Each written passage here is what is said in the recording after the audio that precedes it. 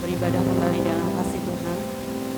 Dengan kasih Kristus saya undang semuanya untuk bangkit berdiri. Kita mau mempersiapkan setiap hati kita. Kita mau ambil saat teduh sebentar.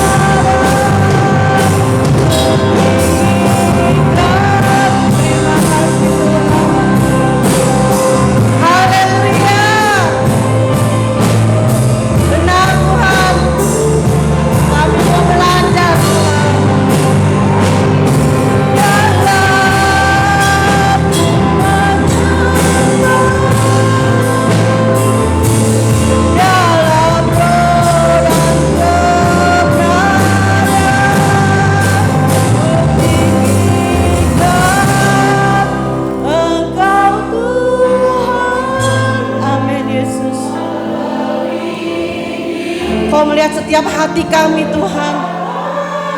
Amin Yesus. Benar Tuhan. Kami mau lebih dalam lagi menyembah-Mu Bapa. Haleluya Yesus.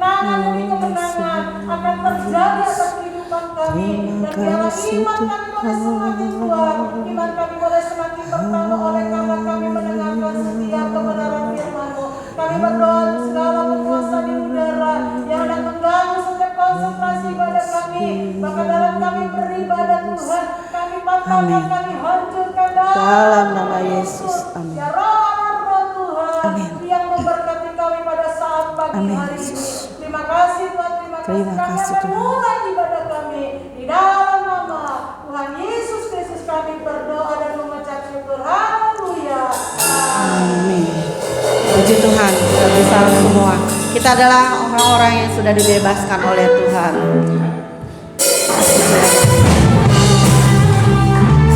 Haleluya. Yesus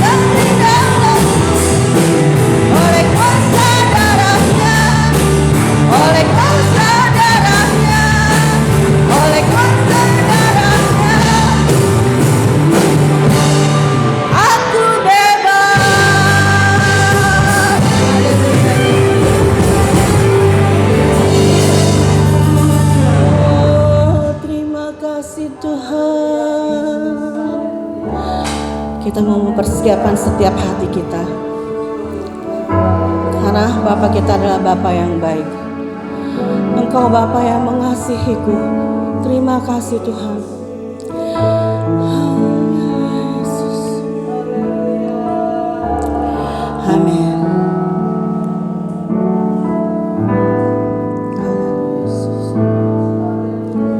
Engkau Bapa yang mengasihiku,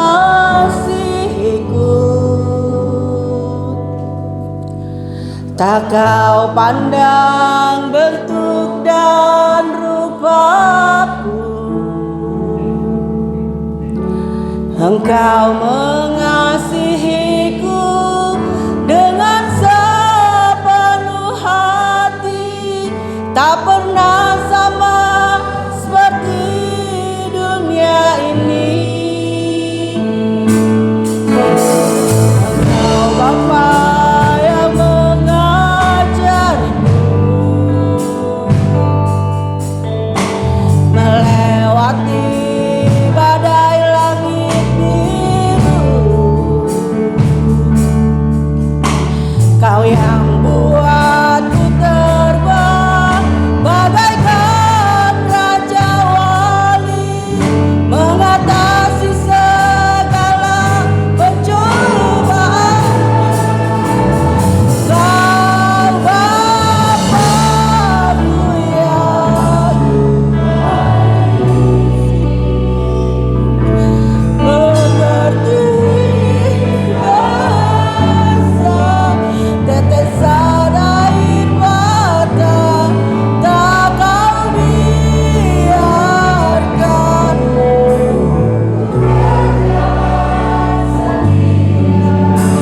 Sebab kau Bapa-Ku yang baik, kau sungguh baik.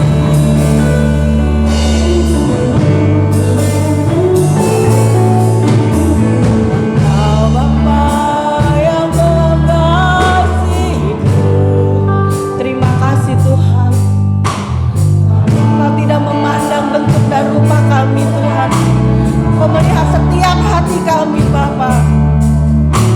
Engkau mengasihiku. Haleluya Yesus.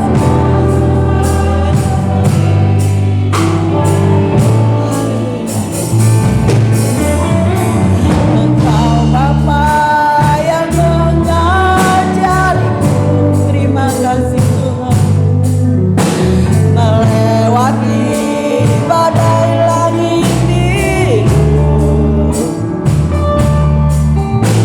Kau yang buatku terbang bagaikan raja wali, mengatasi segala pencobaan. Kau Bapa-Ku yang baik,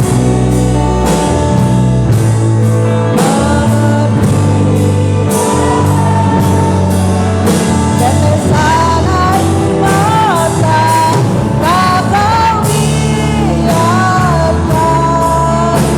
Ku berjalan sendirian, sebab kau Bapa-Ku yang baik. Kau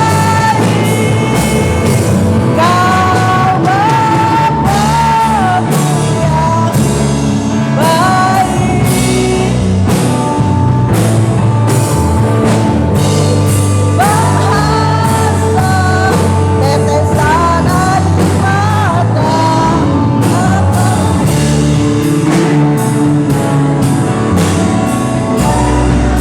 mata, sendirian. Bapa-Bapa-Ku yang baik, Kau Bapa-Ku yang baik. Oh, mengerti bahasa tetesan air mata, tak kau biarkan. Ku berjalan sendirian, sebab Kau Bapa-Ku yang baik, Engkau sungguh baik.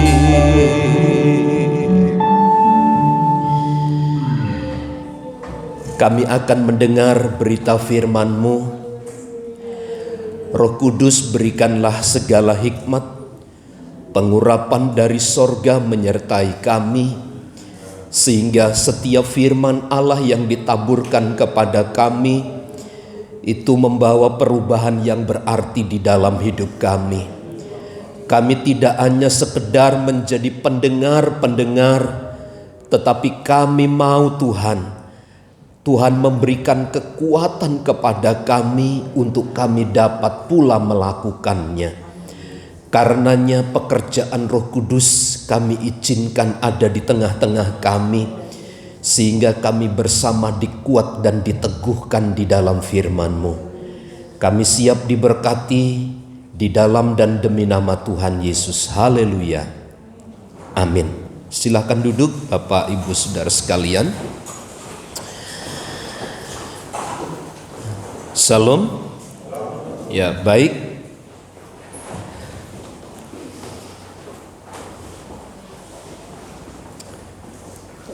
Kita telah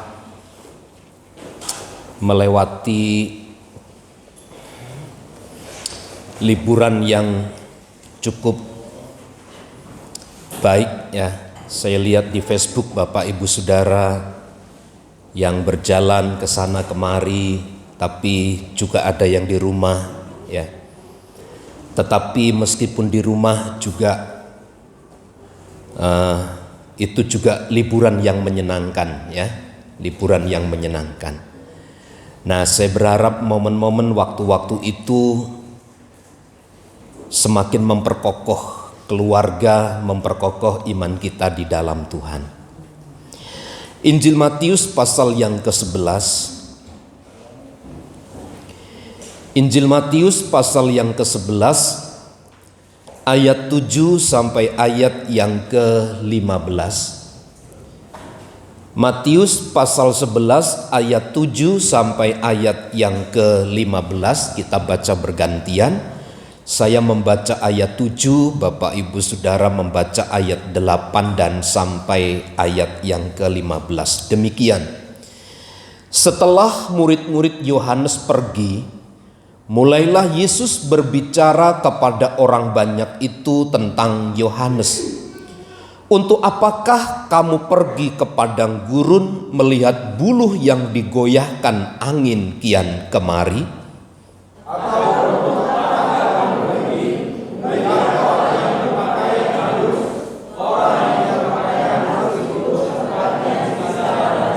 Jadi, untuk apakah kamu pergi melihat nabi? Benar, dan aku berkata kepadamu, bahkan lebih daripada nabi.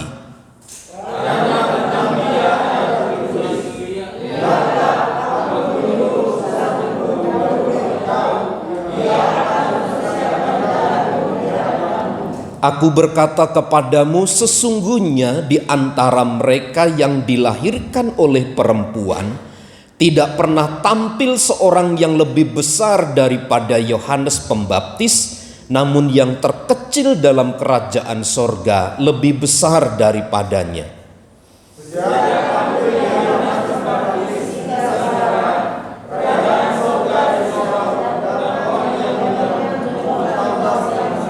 Sebab semua nabi dan kitab Taurat bernubuat hingga tampilnya Yohanes.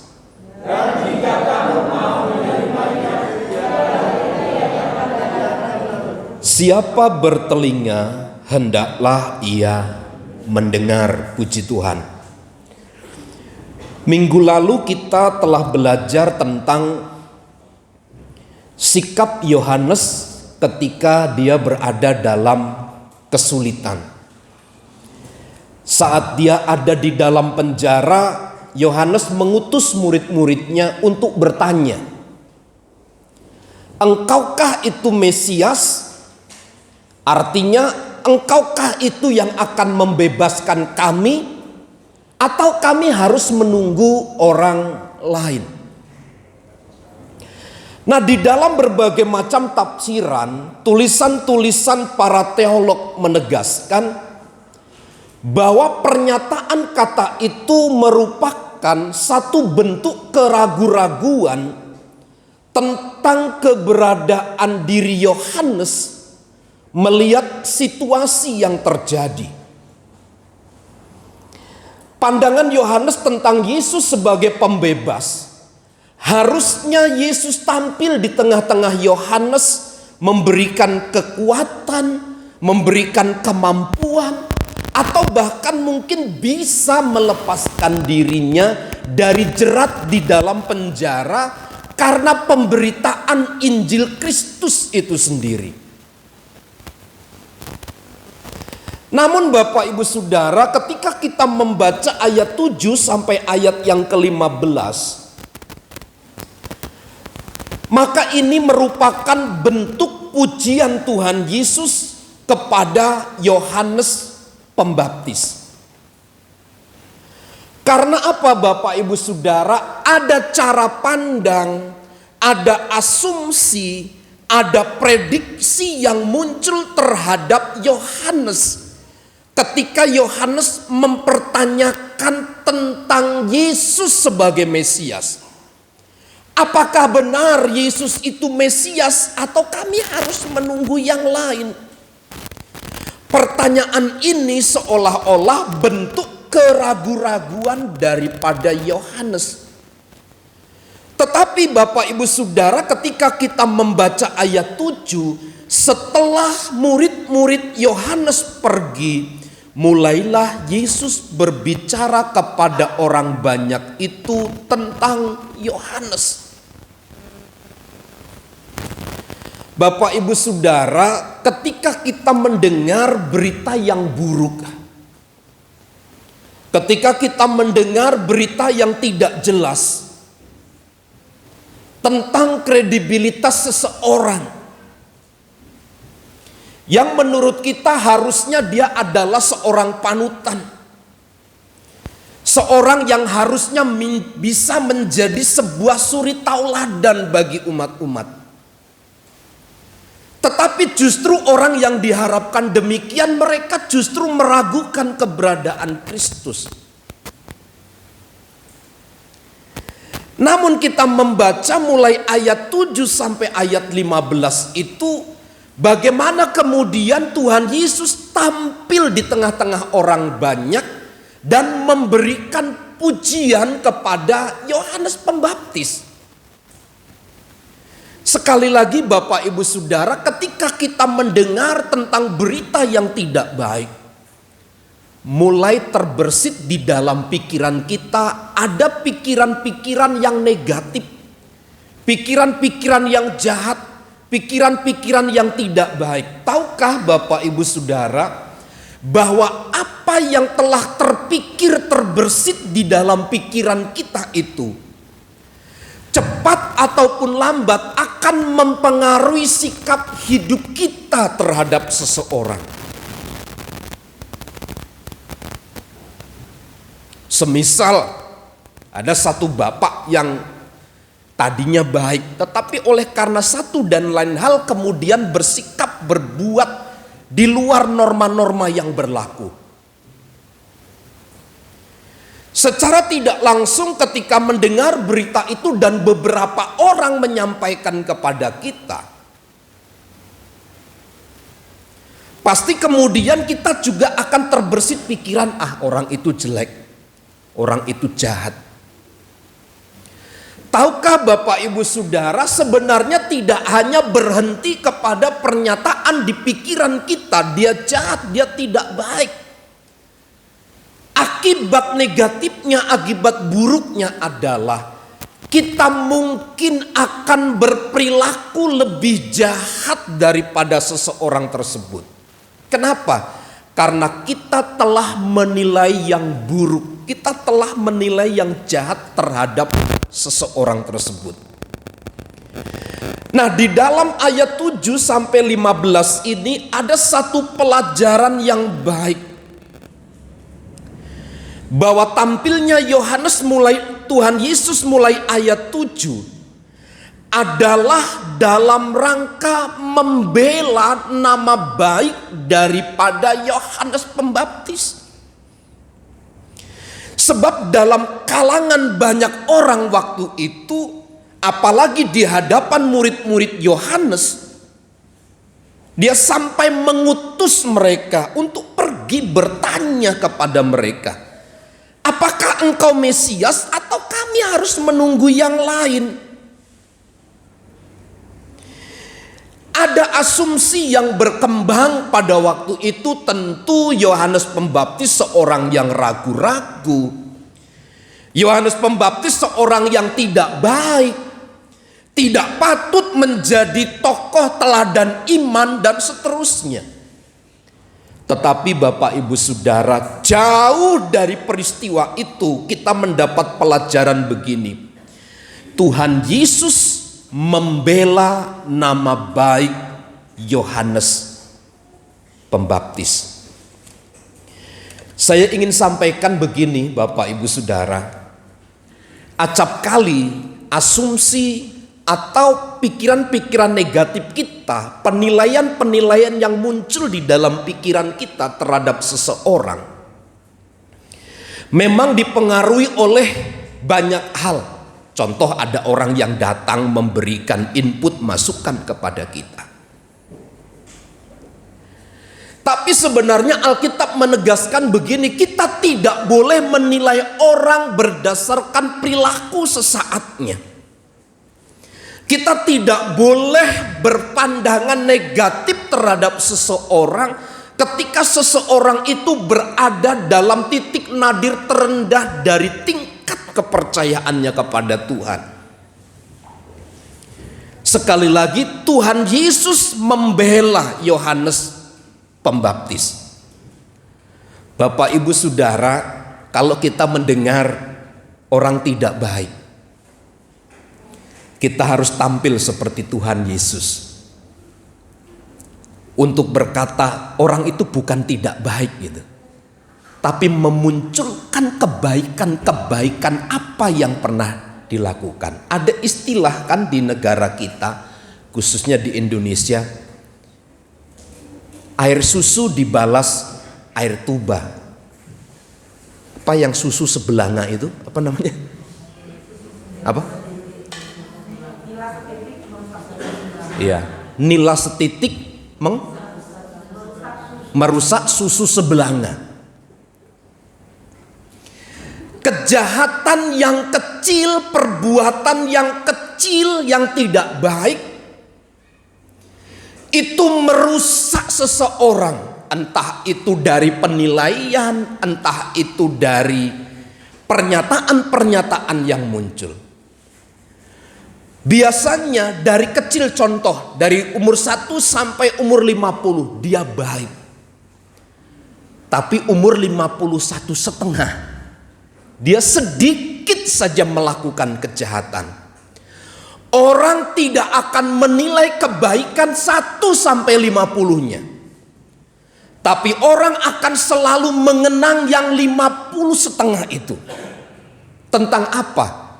Kejahatannya. Kalau menurut saya, ketika kita melihat orang hanya pada satu titik saja di kelemahan dia, sebenarnya perbuatan jahat kita lebih besar daripada seseorang tersebut. Daripada seseorang yang melakukan kejahatan yang terkecil sekalipun itu. Kita sulit Bapak Ibu Saudara melihat perbuatan-perbuatan baiknya ketika seseorang menodai sedikit dari hidupnya.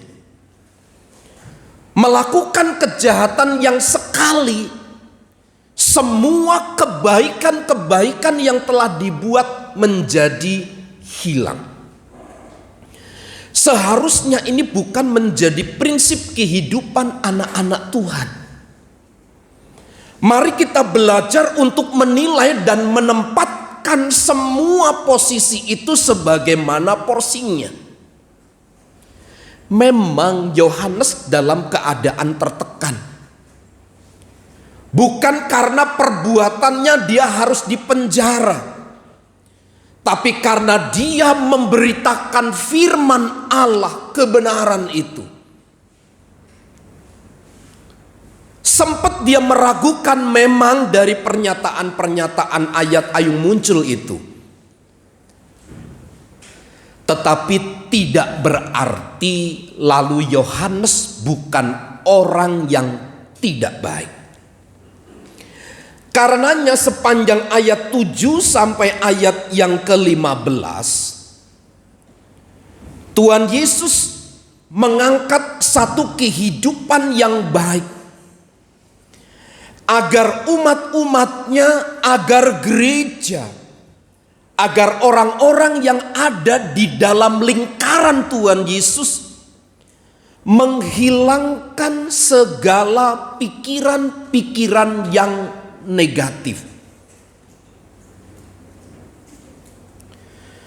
meniadakan segala pikiran-pikiran yang negatif, pikiran-pikiran yang tidak benar, meskipun kita mendapati secara nyata kelemahan dan kekurangan yang dilakukan oleh orang-orang terdekat kita sekalipun. Kita tidak boleh menilai seseorang hanya dalam satu momen saja. Sebab menurut saya akan menjadi lebih jahat bagi kita ketika muncul pikiran negatif itu di dalam hidup kita terhadap perilaku perbuatan orang lain. Karenanya Bapak Ibu Saudara, dalam ayat-ayat ini Tuhan Yesus tidak mengagungkan kelemahan dari Yohanes. Tidak mencari kelemahan-kelemahan Yohanes Pembaptis. Tetapi Tuhan Yesus sedang mengangkat kebaikan-kebaikan. Mencari nilai-nilai yang dapat membangun kehidupan seseorang. Acap kali bukankah pikiran kita dikendalikan oleh hal-hal yang negatif, Bapak Ibu? Di jalan ada orang kencang naik motornya. Kita harus berpikir positif. Mungkin dia mau buang air besar, gitu kan? Di jalan tiba-tiba kita naik motor, tiba-tiba langsung dicegat di tengah jalan. Sepertinya mengganggu kita. Kita harus berpikir positif. Mungkin di mobil dia sedang dimarahi istrinya.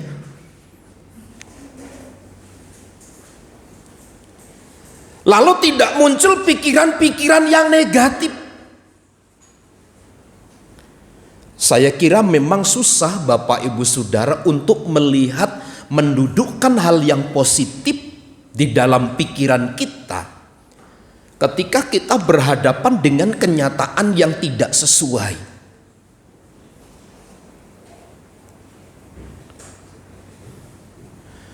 Saya selama beberapa bulan ini menghindari undangan-undangan untuk khotbah di gereja-gereja. Satu gereja itu kalau khotbah bisa 5-6 kali Bapak Ibu. Dalam satu hari Minggu saja. Ada banyak gereja yang WA saya, Pak tanggal ini bisa enggak? Saya bilang enggak bisa. Cari tanggal Bapak yang bisa. Kenapa? Karena hati saya ada di sini gitu. Hati saya maunya dekat dengan jemaat Tuhan. Tapi oleh karena satu dan tuntutan, mau nggak mau saya harus pergi untuk beberapa hari ke depan, kan gitu.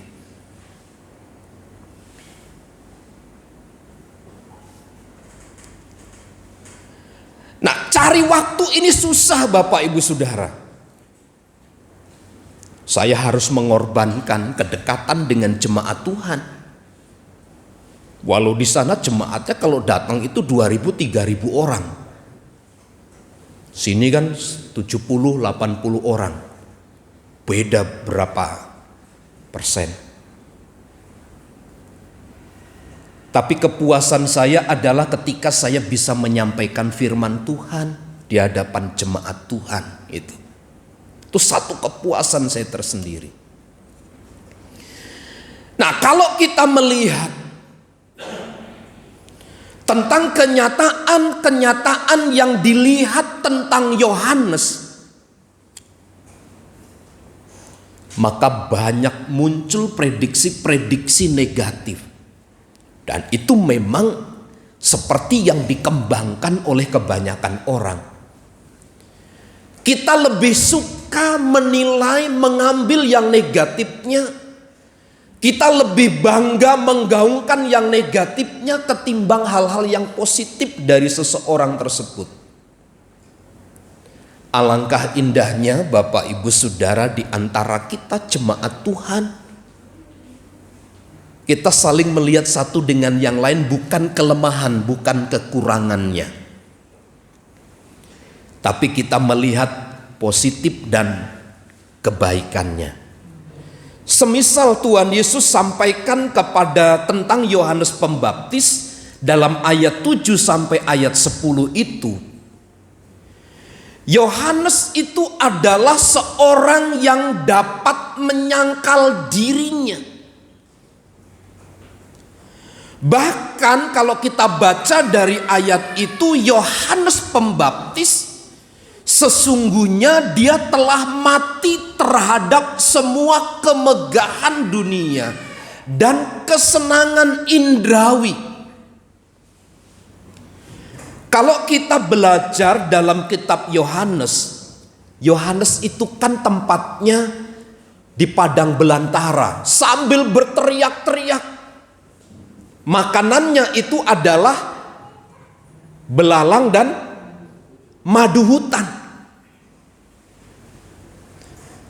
Tetapi yang dia kerjakan adalah melakukan perintah Tuhan. Dia membuka jalan. Perbedaan waktu kelahiran Yohanes Pembaptis dengan Tuhan Yesus hanya berjarak sekitar 6 bulan saja. Jadi Yohanes memberitakan berita tentang lahirnya Sang Juru Selamat.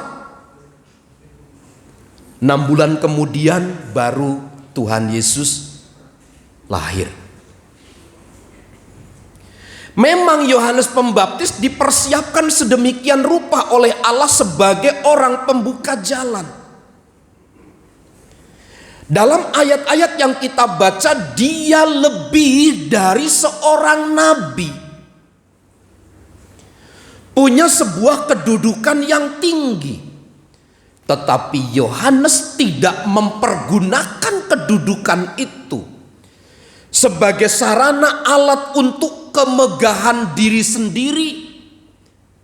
Tetapi dia tanggalkan semuanya itu untuk Tuhan. Ia tidak menganggap dirinya sebagai suatu yang berharga di hadapan Tuhan ketika dia membaptis Tuhan Yesus. Aku membuka kasutnya pun tidak layak. Di hadapan Tuhan Yesus, Yohanes sang pembuka jalan itu menganggap dirinya bukan apa-apa.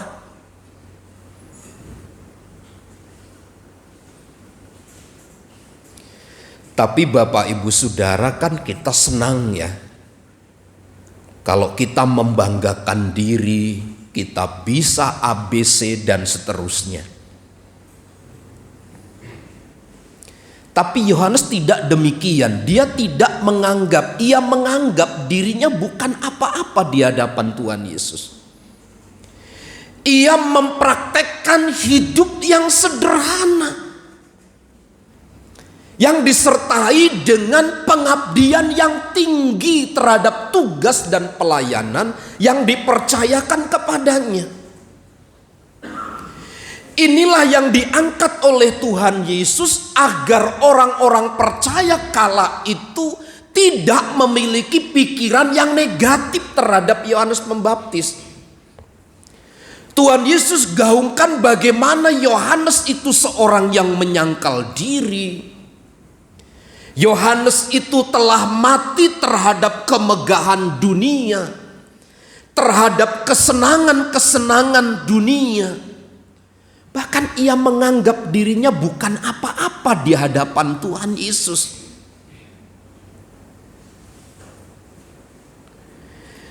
Inilah yang berusaha diangkat oleh Tuhan. Sekali lagi bukan kejelekan, bukan kelemahan daripada Yohanes Pembaptis.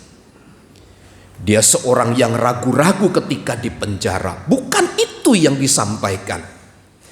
Tetapi dia mengangkat, dia memuji keberadaan Yohanes, bahwa dia seorang yang telah mati bagi dirinya sendiri. Dia banyak sekali menyangkal dirinya sendiri untuk kemegahan-kemegahan dunia. Meskipun itu adalah fasilitas yang diberikan kepadanya, tetapi dia tanggalkan semuanya itu. Dia praktekkan hidup sederhana. Menjunjung tinggi tentang pengabdian yang tinggi kepada Tuhan Yesus. Nilai-nilai inilah yang disampaikan oleh Tuhan terhadap kebudayaan umat-umat Allah yang cenderung menilai negatif terhadap seseorang, terhadap kekurangan kelemahan seseorang. Tapi Tuhan berbeda cara pandangnya, mengangkat ke permukaan tentang apa kelebihan-kelebihan dari Yohanes Pembaptis. Bahkan di dalam ayat-ayat selanjutnya, atau di dalam ayat yang ke-7 saja, untuk apakah kamu pergi ke padang gurun melihat buluh yang digoyahkan angin kian kemari? Ayat ini menyiratkan tentang Yohanes adalah seorang yang tegas. Dia seorang yang bertekad kuat. Tidak seperti buluh yang mudah digoyahkan di padang belantara. Dia adalah seorang yang konsisten tentang kehidupannya, bahkan di dalam segala keadaan. Yohanes seorang yang tegas, bertekad kuat. Walau kita dapati bukan minggu kemarin Yohanes bertanya kepada Tuhan Yesus ketika dalam kondisi yang pahit, dalam kondisi sulit, apakah engkau Mesias yang hadir itu, atau kami harus menunggu yang lain?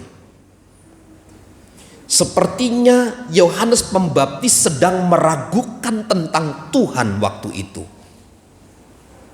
Tapi ingat ya, pengajaran Tuhan Yesus, karena nilai tentang berpikir yang negatif tentang seseorang, dan itu merupakan nilai yang lebih jahat daripada seseorang yang dinilaikan sebagai yang negatif itu, maka Tuhan Yesus mengangkat bahwa Yohanes itu bukan orang seperti itu.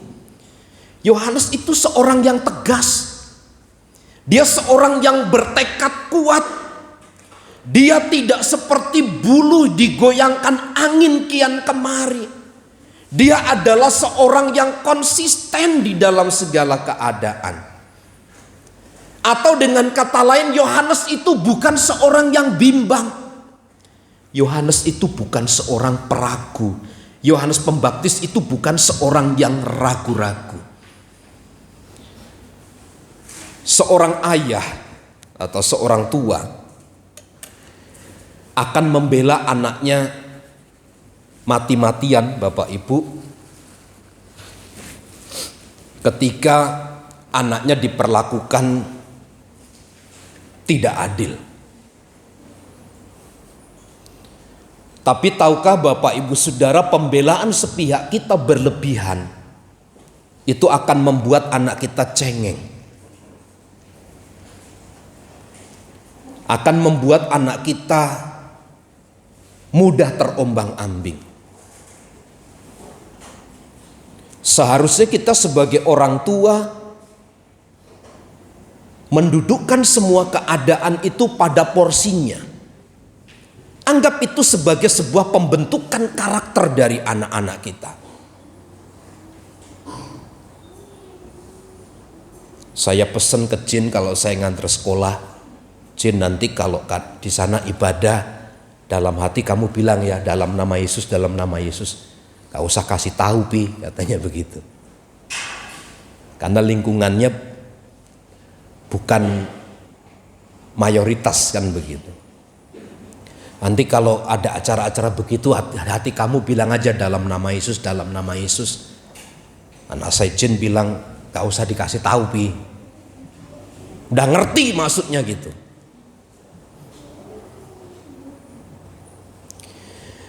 Nah, bagaimana caranya Bapak Ibu Saudara agar anak-anak kita tumbuh menjadi dewasa dengan baik?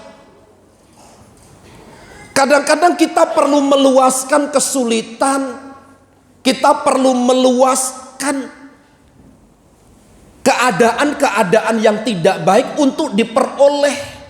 Atau mungkin juga ketidakadilan dialami oleh anak-anak kita. Supaya mereka juga belajar. Nah, sekali lagi dalam keadaan yang seperti ini sekalipun Tuhan Yesus mengajarkan, jangan berdiri di atas penilaian-penilaian yang negatif, meskipun kenyataannya Yohanes itu seorang yang bimbang, seorang yang ragu. Tuhan Yesus memberikan pelajaran, Yohanes itu bukan orang yang seperti itu. Apakah kita sedang mau berkata begini? Kalau begitu munafik dong. Dia kan orang yang bimbang, dia kan orang yang ragu. Kenapa kita harus bilang dia seorang yang tegas, seorang yang kuat dan seterusnya? Masalahnya yang krusial bukan kepada masalah itu, tetapi akibat buruk dari penilaian-penilaian negatif yang muncul dari dalam hidup kita. Yang diindikasikan bahwa sebenarnya kalau kita menilai seseorang negatif, perbuatan kita sesungguhnya lebih daripada orang yang kita beri nilai negatif itu. Dan tahukah Bapak Ibu Saudara, ketika hal negatif itu menguasai hidup kita, maka yang dimungkinkan adalah hidup kita akan mudah terombang-ambing. Kita seperti bulu yang mudah diombang-ambingkan kian kemari. Namun demikian, satu pelajaran yang baik yang kita ambil hari ini, mari kita belajar untuk berpikir positif tentang segala sesuatu yang terjadi. Kita berikan penilaian-penilaian yang positif terhadap seseorang ketika seseorang tersebut melakukan kesalahan sekalipun. Untuk mengakhiri renungan pagi hari ini, saya berikan satu ilustrasi. Ini pernah disampaikan oleh Bapak Pendeta Stephen Tong. Ada seorang suami istri, ini kulitnya putih semua, suami istri kulit putih.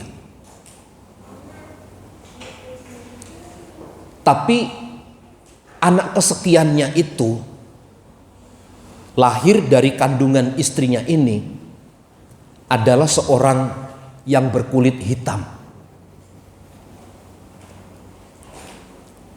Bagaimana mungkin bapaknya putih, mamanya putih, lalu anak kesekiannya kulitnya hitam? Seperti orang Nigeria gitu. Seperti orang Afrika. Kalau hitam itu kita bukan hitam ya ini ya, kita coklat ya. Hitam itu seperti jas ibu-ibu ini, itu hitam gitu. Anaknya kelahir seperti itu. Lalu suaminya marah-marah. Katanya kamu selingkuh ya. Dibawa ke dokter segala macam, akhirnya suaminya bilang, ini anak selingkuh. Lalu dia tidak menghargai istrinya. Bagaimana mungkin saya putih, kamu putih, anak kok hitam, keling seperti ini, gitu. Kamu pasti selingkuh. Saya tidak tahu, saya lupa namanya itu apa. Rupanya setelah diselidiki oleh dokter, dilihat dari kakek nenek dari suaminya itu, kakek neneknya gitu, rupanya berkulit hitam itu.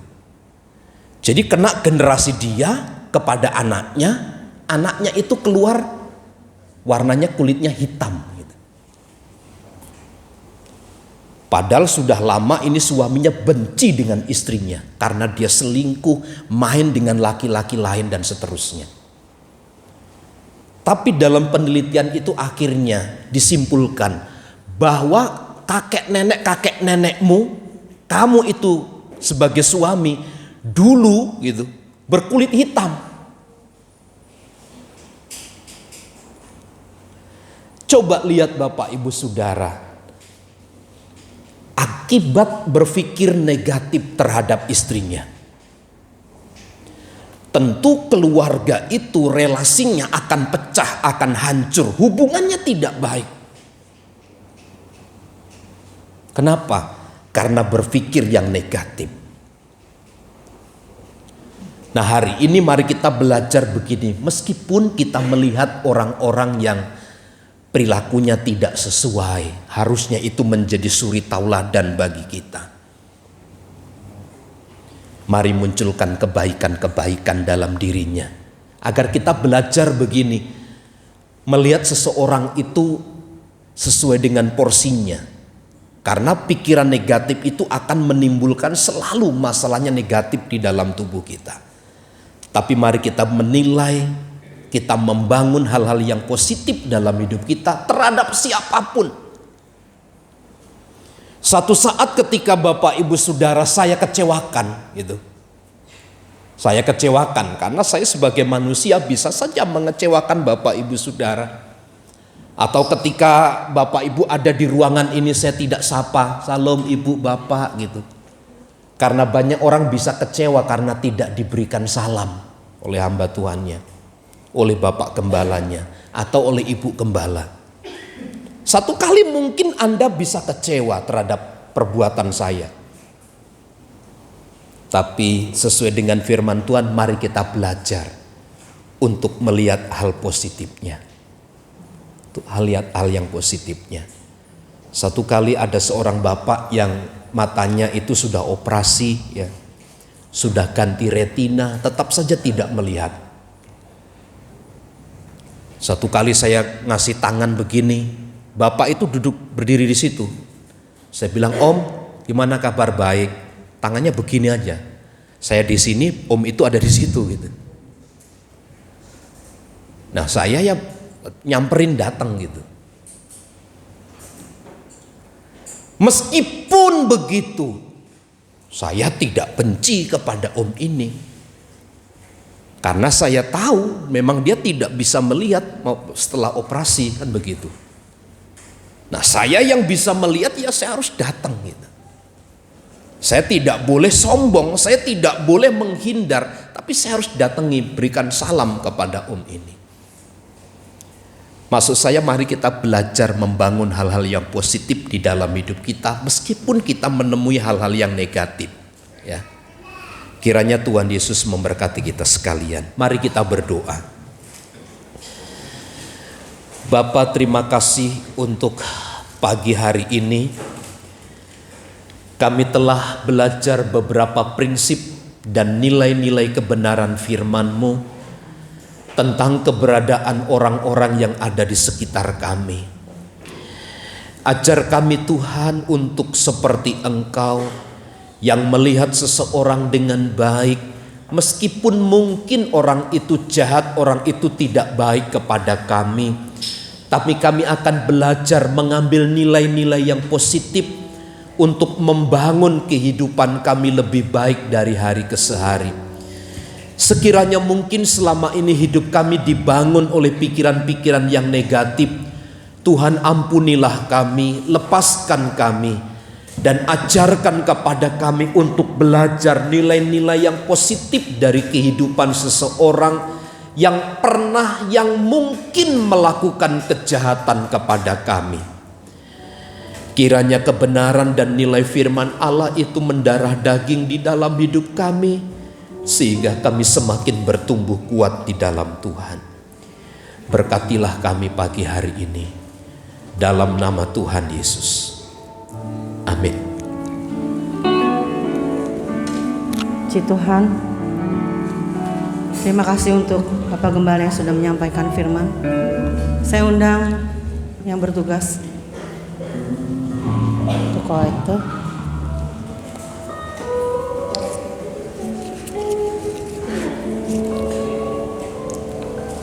Kita bersatu di dalam doa.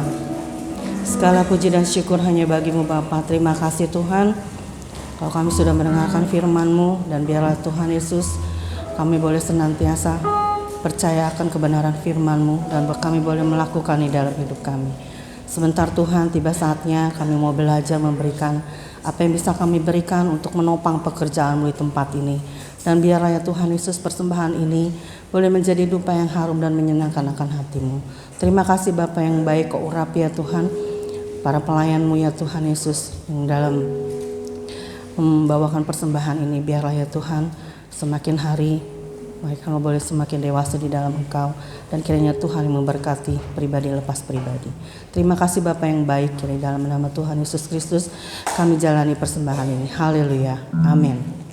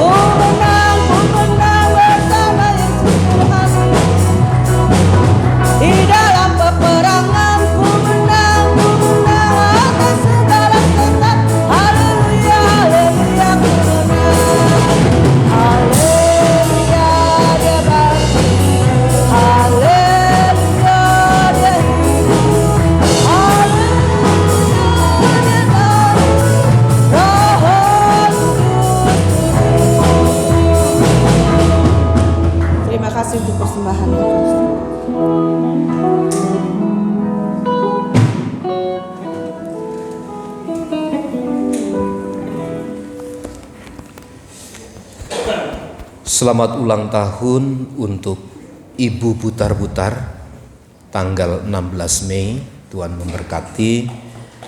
Ibu Galingging, selamat ulang tahun tanggal 16 Mei. Kemudian anak Evelyn Jack tanggal 20 Mei. Kemudian anak Erik Yumai tanggal 20 Mei, selamat ulang tahun. Kemudian saudari Lady Bako, selamat ulang tahun. Lady di atas ya. Tanggal berapa Lady ya? 19 Mei, Tuhan berkati. Kemudian Ibu Meme, selamat ulang tahun Ibu Meme. Tanggal berapa Bu? 13. Tuhan memberkati. 13 Mei.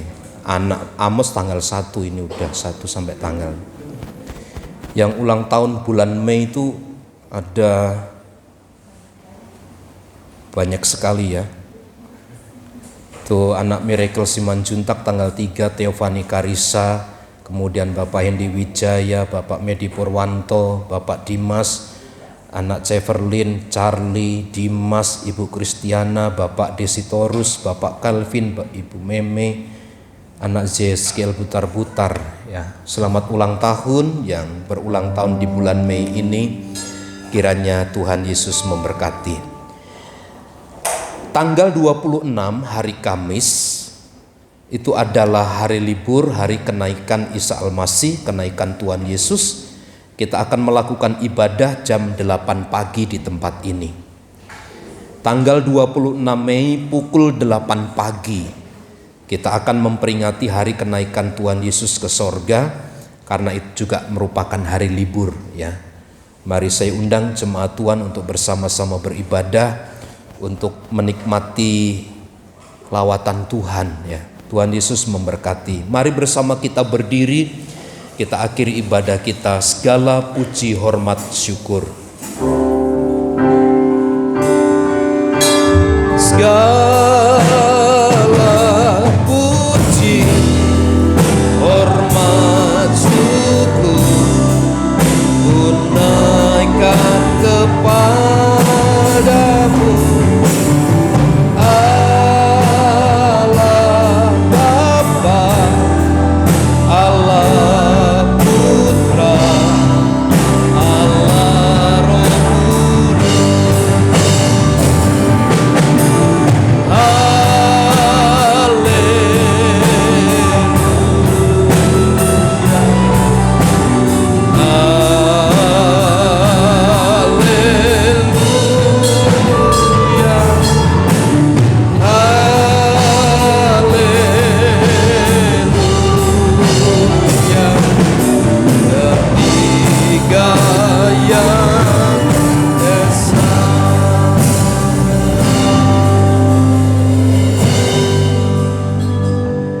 Berkatilah seluruh sidang jemaat-Mu yang hadir pagi hari ini.